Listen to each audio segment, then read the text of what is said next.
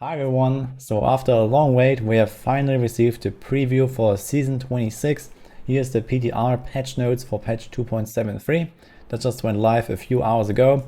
I went over it live on stream, we were discussing a bit with chat, and I wanna walk you through and give my expectations. Overall, I have to say they did a great job and I'm really looking forward to the season already without even having tested it. There is some permanent updates to greater rifts in this patch. There is some quality of life changes, there are some monster and map balances, and of course there are some reworks and buffs and nerfs to some classes. Also, if you're personally interested in trying it out on the PTR, it starts this Thursday, so March 10th, and it will usually last for 2 weeks, so the end is March 24th, which also puts the earliest Season 26 start date at 1st of April. But realistically, I would expect it 8th of April right now. So it didn't actually say anything for the season start, but those two dates are the most likely if you need this for your own planning. So let's jump in. First of all, they updated the PTR a little bit. What you need to know is there's new bags that give you gems and keys and follower items, and they updated some other stuff there, so it's much easier to actually jump into testing. And here is the season theme. It's called the Echoing Nightmare. And it is an optional and rewarding endgame challenge, where players fight within the memories of Nephilim who fell in a greater rift. Today's Nephilim must stand their ground until they are inevitably overwhelmed or defeated. Players must collect a petrified scream from defeated greater rift guardians to gain entry into Echoing Nightmare. Transmuting a petrified scream in Connor's cube summons a portal that players can enter to face the horrors of the Nephilim's past. So to me it sounds very much like the trials that we had back in the earlier seasons. So in case you don't even know them, they were abolished in season 4, I believe. So this has been like 6 years ago or something like that. So here in our Greater Rift resource post, we actually have a little video like that. So this was this Uber Diablo zone, and you had like waves of enemies spawning and coming at you, and then you had to defeat them. And if you've defeated them very quickly, you see the timer on the right here, then you would skip multiple waves at once. And usually this starts out very easy. So typically these waves like correspond to like a greater rift tier basically. And eventually the monsters would have simply so much HP that you can't defeat them anymore. So I believe the system is going to be somewhat similar. I don't actually expect to see exactly the same. Maybe there's going to be some more spice, maybe there's going to be elites, and maybe there's going to be bosses or paladins, and maybe some other stuff going on, maybe even some environmental effects and traps and who knows what. At least this is what I would expect. So I don't think we're gonna get an exact copy of Trials here. But in any case, I think this is pretty huge news. So even though this is advertised as a seasonal theme, this is actually most likely foreshadowing of like other maybe endgame activities they might introduce in the future, or keep this system if people really like it, simply to diversify the game more. So personally, I'm quite excited to see how this plays into the progression of Season 26, when you want to do that, like how rewarding it really is, how often you go in there, and how it's going to be played out. But personally, I think that this could really be a good starting point for future updates that actually lead to more content and more different scenarios, more different game modes. So here are some of the details about how this works. So you need the petrified screams to open it, and apparently you get basically everything as a reward. So there's XP, legendary items, blood shards, gems, and the new legendary gem Whisper of Atonement. So this is an augment only gem. So we have another fast way of getting augments in Season 26, which is extremely good news, and which also leads me to believe that a system like this is most likely going to be kept permanently in the game, because I think that Blizzard has really seen that the more augments that we got in Season 25 was definitely a boon to the whole player base. Everyone loved that. I literally have not heard a bad word about this. And in fact, there were so many people that told me that they have played this season more than ever, mostly because of this feature. So I think that the importance of fast augments is clear. The grind for augments is usually terribly long and boring when people are already long maxed out or close to it with their gear, and you do nothing but leveling gems. And here you have the option to go in there and get them. So this is amazing. and there is actually a reason to do it. I also see a bit of a problem here, and that is that it says in multiplayer only one player needs a petrified scream to open it, which sounds like you can literally multiply your rewards by ×4 by being in a group. And if those especially XP rewards turn out to be way above whatever you can get in Greater Rifts, for example, then this sounds heavily abusable to the point where you could actually invite others and carry them as long as they have a petrified scream to offer for you. So being a big streamer, I could just do that all day long with people from chat, and everyone will probably be happy to be carried by some super high Paragon guy to begin with. So it seems kind of like, yeah, if these rewards are too good, then this might be a bit of an issue, but we'll see if it actually overperforms or if this is, maybe not even that crazy. But in general, I think this is kind of weird that only one person has to contribute and not everyone, because everyone will get the rewards. Doesn't really make much sense to me. At almost no point in Diablo 3's history, solo play was better than group play anyway, and I very much doubt that this will be the case here either. So you just multiply rewards, and potentially you get even more for each of those attempts, because you probably go further with a group compared to solo. But let's see.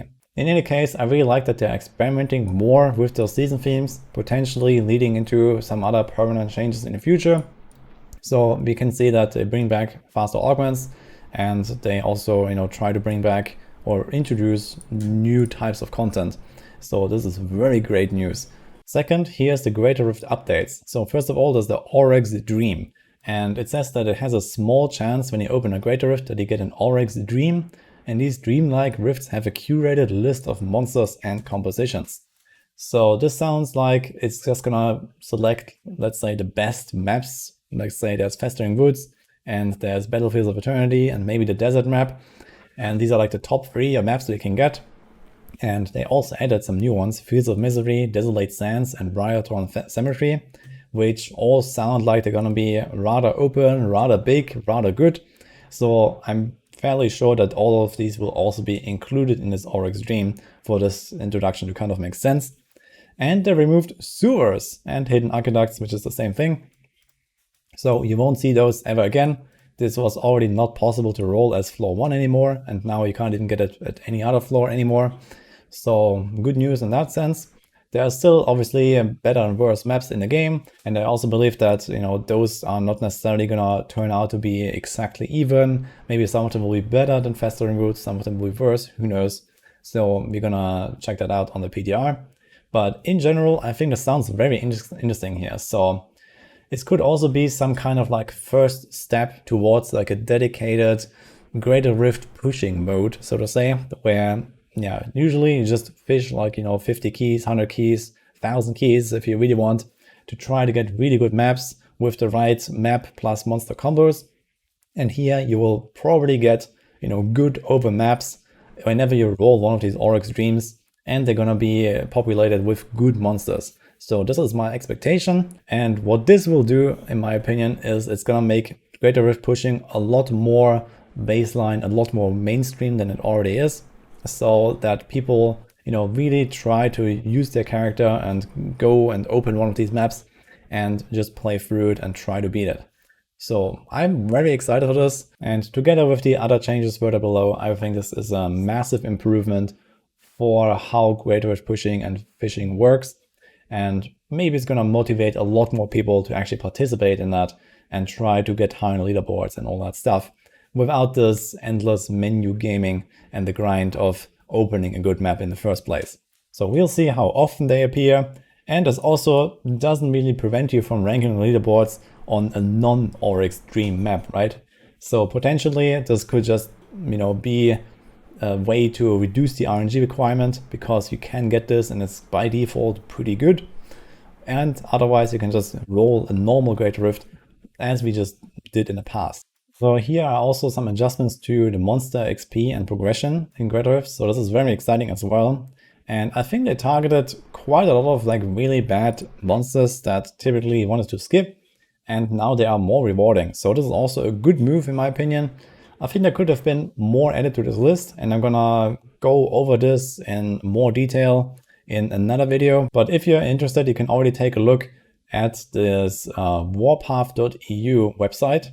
which has all the different monster sets, and you can like, look at them here with the progression and lots of really cool, interesting info here. And in general, these monsters populate extremely bad monster sets that basically mark the end of a run when you find them, or you just completely avoid them to begin with because they're dangerous and are not really worth it. So we have mostly all these like guardians. So these are like these guys here. Here is like, say constructs, but it's basically the same thing. And here, obviously, all the impalers and spear throwers, and then the succubus monster types here, wild temptress and hell witch. Same here, we have to see how much this actually changes, but in general, those were definitely all monster types that are typically not worth fighting because they don't give enough progression unless you are speed farming and you're just destroying everything around you anyway. But especially for pushing, where this balancing actually matters, you never wanted any of this. Quite excited to see how this will play out, especially when you also combine this with the new maps, with the removal of sewers, and with this Oryx Dream stuff here. So I think in general, Kratos is gonna feel much better to play. It's gonna be more convenient. And on top of all of this, they finally did it. They added a Greater Rift closing option without going back to the main menu. So this is also amazing. Unfortunately, only works in single player. So for group pushing, you still have to do it the traditional way. But maybe this will come in the future. Maybe they'll figure out a way to activate a prompt or something like that. But this means that you can actually reset a map in a matter of seconds instead of wasting like half a minute every single time, opening, looking at the map, going back to town, going back to menu, starting a new game, and repeating until you get something good. So now you can basically just stand there in town, go back and forth, like, in a matter of seconds until you get, a good map, a good start, or even one of these Oryx Dream maps. And essentially fishing for at least a decent result is gonna take probably no longer than a minute or two. So this is my expectation, and I think that is amazing, so that people have more motivation to actually do it. Here's also this funny developer's note with less spaghetti and more chickens. So I really like that one. That was a nice little tidbit to add there. Anyway, here's some other updates for the PDR. So as I had mentioned, so here are more packs. So I have updated some of these with more like necessary items. So it's easier to jump into testing. There's keys and mats and gems. Everything that was usually like a problem and that they had to grind up. Here's also the Whispers of Atonement and legendary gems. And this also leads me to believe that it's gonna stay a permanent addition to the game, because it actually added it to the legendary bag on the PDR. So they introduced this one as a fresh item and gave it all gems at 25, which is arguably a bit low, but okay. And the Legacy of Dreams 99, and then 13 times this augment thing. And I really cannot believe they're gonna remove it again after the season, but we'll see. And here's also the follower bag with all the necessary items, including even a clock eye, man. So they really thought of everything there, or just read the Maxwell guide. And finally, here are the item and balance changes. So this season we have a big Raker rework with boulder toss and weapon throw. That's going to be very exciting. I'm going to go over this in a second because it's the biggest topic here. Let's just cover the small ones first. So here's the Monk, the expected inner nerf, I guess. So they removed the part from the braces that says fire allies take 5 times this bonus. So fire allies going to do 300% damage instead of 1100%, which is almost exactly an 8-tier nerf. So that is, expected and basically just in line with how much it needed to be nerfed, plus minus. And this also means that water allies are gonna remain the same. So they are gonna be powerful as always. They're gonna be the king of T16, the king of bounties, and extremely good for especially solo XP farming. So Monk is still in action actually, even post nerf. And it also means that Wave of Light wasn't nerfed. So Wave of Light might actually turn out to be the strongest pushing build, because this nerf didn't actually affect Wave of Light and it was already an S tier build. And Crusader also got tuned down a little bit. So we'll see how exactly this will turn out, but this is my expectation right now. Wave of Light meta for pushing, inner water mostly for farming, but I believe that even the fire inner monk still has a bit of a reason to exist. So we'll have to see exactly how this will play out. Crusader, they nerfed Norward's further from 400% damage bonus to 200, but the only builds that really are affected by this are the Akan Bombardment builds. So LD Bombardment doesn't use Norvald, of course, and there used to be Invoker setups that used it, but this was not even such a huge margin compared to the next best setup. So this is a slight nerf, and the same for Heaven's Fury, where you have either the self-cast version with Norvald or you have the Ivory Tower version, and Ivory Tower was also not exactly far behind. So you're just gonna play that now, and yeah, the only build that really suffers is Akan Bombardment, which was already ridiculously strong. So some builds got slightly tuned down there on the Crusader, not really a big deal, it's like around 3 tiers. And also they heavily buffed Invoker on the Crusader actually. So these numbers are exactly the same as currently on the set. So 100% attack speed bonus, 67,000% thorns, but they removed the part that says it will only apply to the first enemy hit. So now you went from a single target killer to an absolute AoE machine by, instead of using punish, you go with slash, and potentially even there's a belt that gives you slash in all directions. So you can literally run to the middle of the pack and slash around you with thorns damage. So it sounds like a pretty straightforward one button build to me. And the reason for punish to be on the set bonus is absolutely 0 now.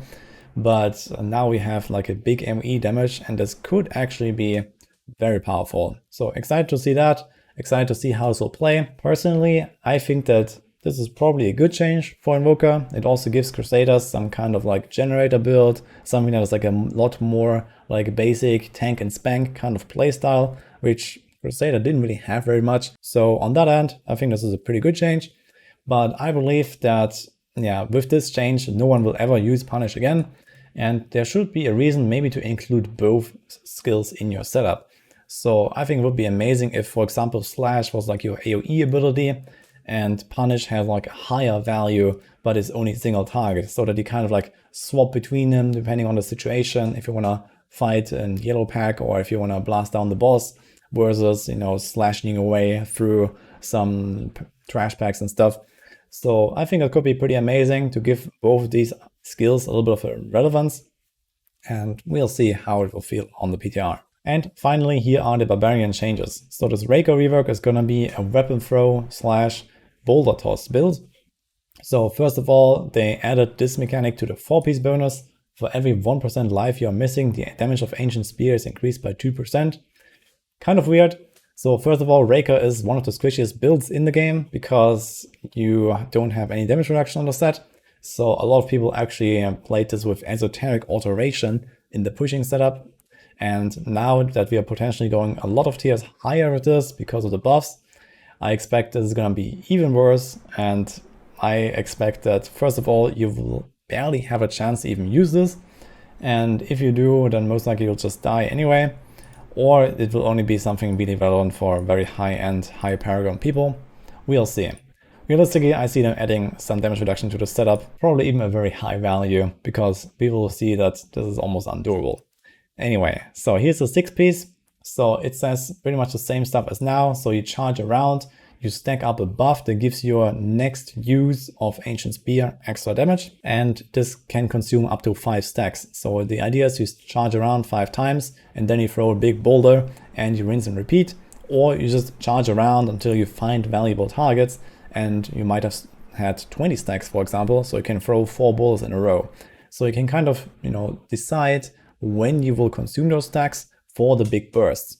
Personally, I think this boulder toss setup is actually very satisfying. I've played something similar to that already, and it's going to be feeling very cool to throw those boulders and get big explosions, and it always has like a nice touch to it. So the Reiko Hota builds are dead, long live boulder toss, and it also says that it causes it to release module spears from its target. So this could mean anything. So realistically, I see that you throw a boulder and it just basically explodes the entire pack because they're all like stacked up, and you get like AoE explosions all around, and then you proc area damage and boom.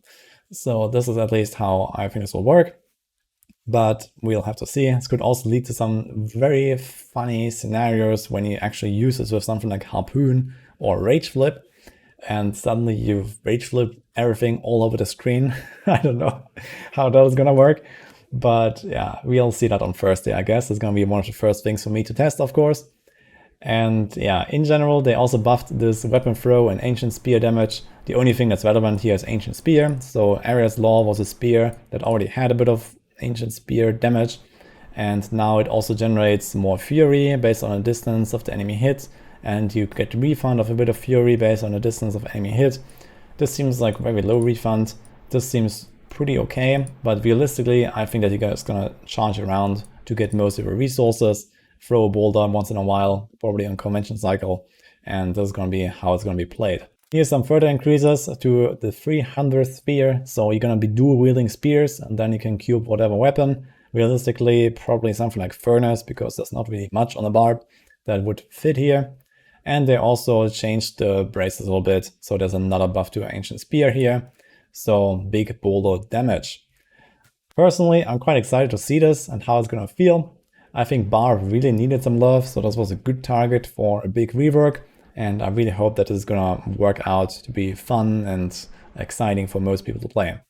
Personally, I believe this setup could be changed a little bit, so especially the fact that, for example, on Rift Guardians, we will most likely end up with rather low damage, because you have to charge back and forth into them all the time, then throw a boulder and charge back and forth into them all the time.